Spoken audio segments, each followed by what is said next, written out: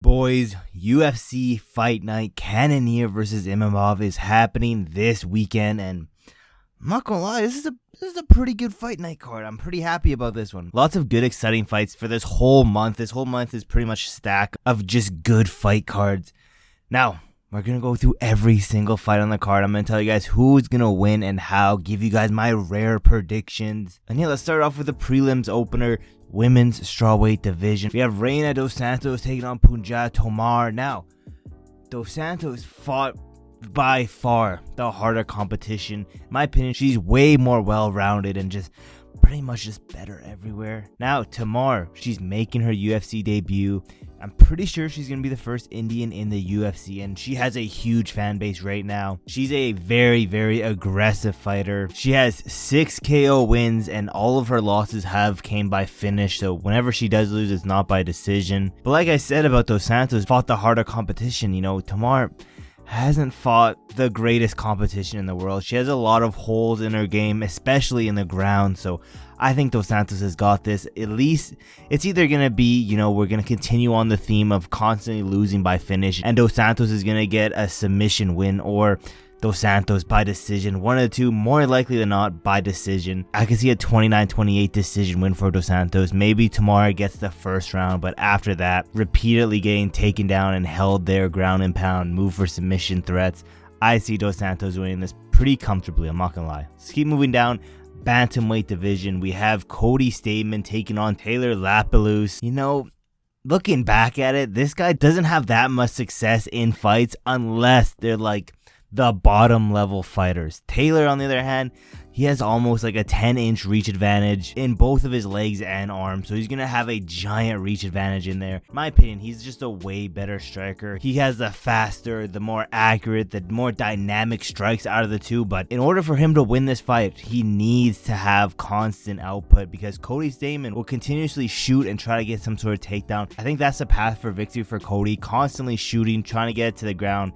Taylor, on the other hand, needs to have constant output, keep it on the feet, and I think that's where the fight's going to be. I think Taylor's going to win every single moment of this fight, piecing up CODY Stamann. So give me Taylor by a decision win. Let's keep moving down. Women's strawweight division. EDUARDA MOURA taking on Denise GOMES. MOURA 10-0. She's a taller fighter. She has the more reach. Only 11% of her wins have came by decision. 89% of her wins have came from finish. Denise GOMES, on the other hand, 75% of her wins has came from KO.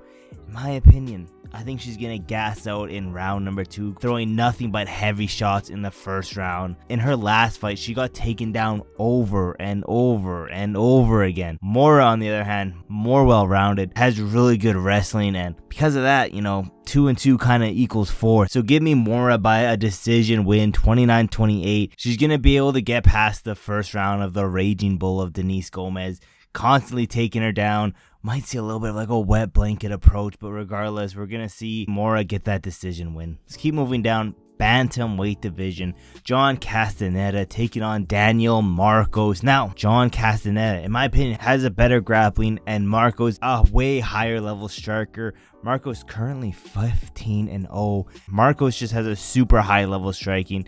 He's better at using his range. He has great head movement, great fundamentals, and pretty much on the feet, Marcos has the advantage. On the ground, Castaneda has the advantage, and I think this is going to be a very extremely close win, and I think Marcos is going to be able to pull out this win. You guys are noticing not that many finishes in this card. I think it's going to be very similar to 302. I think we're going to see a bunch of decision wins, Daniel Marcos being one of them. And again, I think this is a very close fight. Don't get me wrong, I could definitely see John Castaneda getting this win using his wrestling, but I think the striking is going to cause a whole lot of problems. I think Daniel Marcos is going to be able to keep it on the feet a little bit longer than John Castaneda can keep it on the ground. That being said, a very close 29-28 split decision for Daniel Marcos. Let's keep moving over.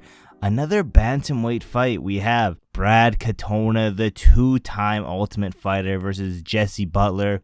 Now, Brad Katona, as far as I know, I'm pretty sure he's never been finished. And to be honest, guys, Brad Katona, probably the biggest lock on this card. Jesse Butler, he's a taller guy, almost a 10-inch reach advantage, but let's be real, he's really not UFC level. I'm pretty sure his first fight in the UFC was a super fast, like weak, short notice replacement fights. Now they're giving him Brad Katona on a full fight camp, and again, I don't think he's ready to be in the UFC. So that being said, Brad Katona by a very dominant decision win. That being said, Jesse Butler, like I said, he isn't UFC level. I could definitely see Brad Katona finishing Jesse Butler, but more likely than not a decision win because Brad Katona just isn't that much of a finisher. Keep moving down though. Women's flyweight division. Andrea Lee taking on Montana De La Rose. Now, Andrea Lee coming off a 4-fight losing streak. De La Rosa a 3-fight losing streak. I could see the loser of this fight getting cut from the UFC, unfortunately. But Andrea Lee,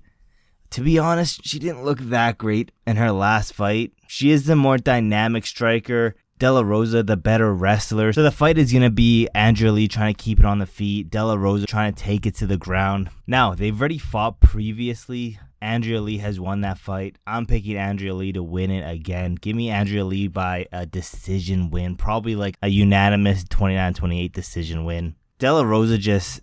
she hasn't been using her wrestling as of recently, so I can't trust her to use it in this fight. Andrea Lee, I think she's going to start piecing her up on the feet. Maybe get taken down one round and lose that. But other than that, I see Andrea Lee winning a pretty comfortable decision win. Let's keep moving down. Welterweight division. Charles Radtke taking on Carlos Prates. Now, Charles Radtke doesn't have much variety. Pretty much strictly only like a boxer. Doesn't throw much with like the elbows, the knees, the legs.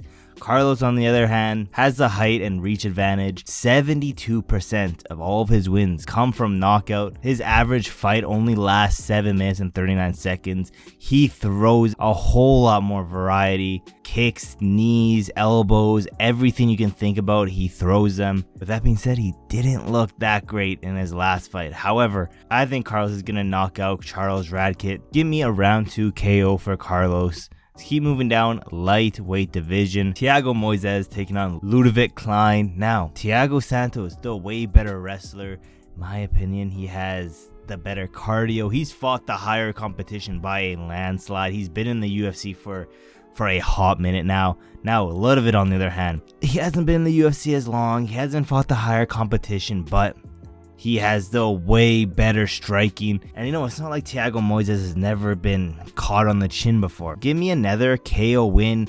2 in a row. LUDOVIT Klein taking out Thiago Moises. That's all of the prelims. Let's move into the main card now. Welterweight division. Miguel Bazia taking on Punahele Soriano. Now, Miguel, taller fighter. I'm pretty sure the last time he's fought has been in like 2 years. That being said, taller guy, slight reach advantage. 70% of his wins are coming from a KO. His average fight time is 9 minutes 43 seconds. Like I said, he's on a 2-year hiatus, but in his last 2 fights he has lost by KO. Maybe that's why he's taking so much time off. That being said, he's been working religiously on his striking defense and a lot on his takedowns. In my opinion, he's a faster, more technical striker. Soriano, on the other hand, 76% of his wins are coming from KO.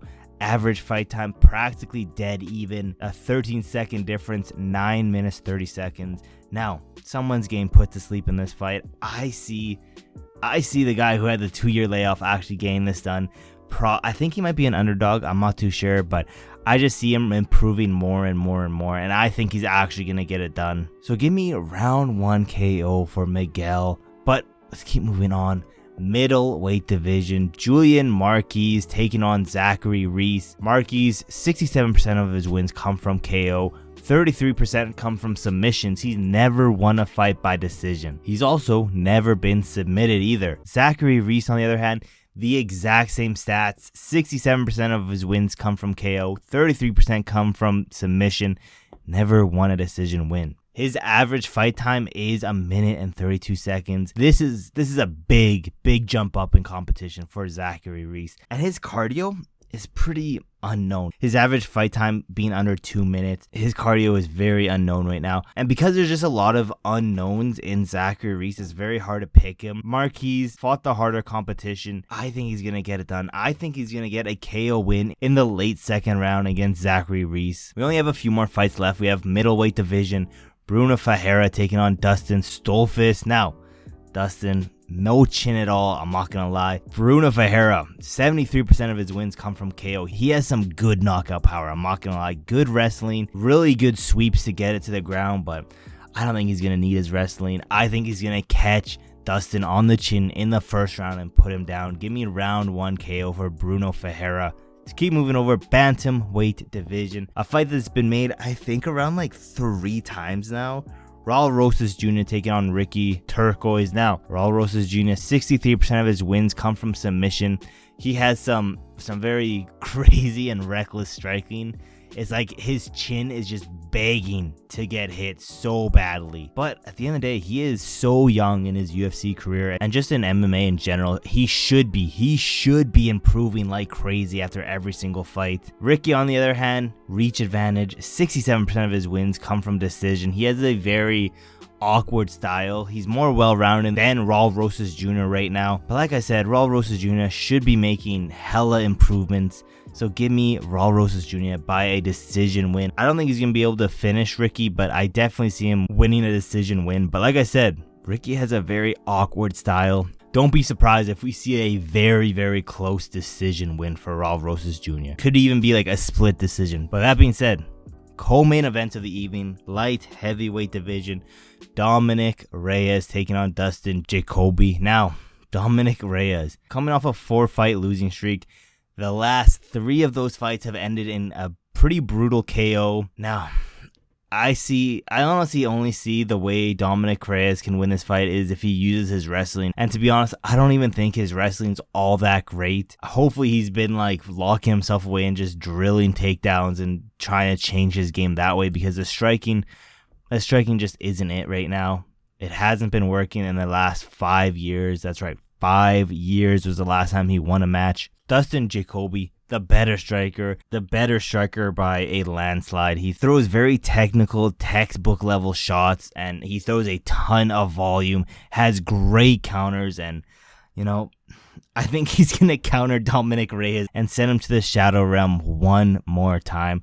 And then I think Dominick Reyes, he should, at least for his own health, call it quits there. Give me Dustin JACOBY by a 2nd round KO. Let's keep moving down to the main event, middleweight division, Cannonier, number 4 in the rankings, taking on NASSOURDINE Imavov. Now, Cannonier, this was crazy when I first looked it up, I'm not gonna lie.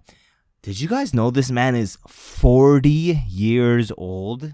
Because apparently this man's 40 years old. Crazy. I didn't know he was that old. He is a shorter fighter, but he has a small reach advantage. Nothing crazy. Imavov, really good striking. Really good counter striking, to be specific. In my opinion, he needs to catch Cannonier early and finish him that way. If he doesn't, you know, Cannonier possibly on EPO. He had godlike cardio for when he fought Marvin Vettori. I think this man's on something, to be honest.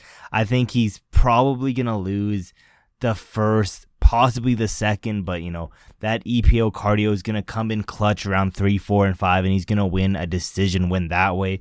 Like I said, Imavov needs to catch and put out Cannonier. Yeah, guys, let me know in the comments below, what do you guys think of this card? In my opinion, this card looks very fun. I don't think there's been a single pullout so far, but we're still quite a few days away, so more likely than not, we're gonna see someone pull out of this card. But after this one, we have Conor McGregor next, so can't wait for next week. Even though this week looks like a very fun card, it's always fun having the return of the Mac. But with that being said, thank you guys so much for watching to the end of the video. Don't forget to like, subscribe, and turn on those post notifications so you never miss any of my newest videos. We're on the goal to get to 500 subscribers, so help us out, get to 500 subscribers. And yeah, there's really not that much else left to say, except for I will see you guys in my next video.